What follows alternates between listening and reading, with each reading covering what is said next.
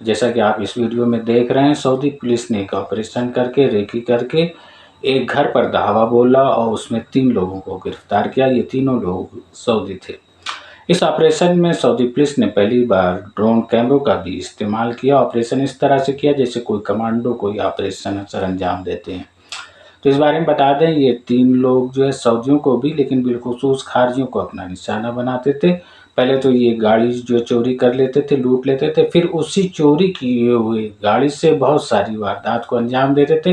कहीं सुनसान जगह पर देख के ये तीनों लोग चाकू पे या किसी पिस्तौल या हथियार की उससे डकैती करते थे, रॉबरी करते थे और फिर इन्हीं गाड़ियों से वो ड्रग की स्मगलिंग भी करते थे। चूँकि ये गाड़ी चोरी की होती थी तो इन्हें पकड़े जाने का डर नहीं रहता था कि गाड़ी अगर ट्रेस भी हो गई, नंबर भी ट्रेस हो गया तो गाड़ी तो उनकी है नहीं, चोरी की, उसका मालिक दूसरा है, तो ये पकड़े नहीं जाएंगे।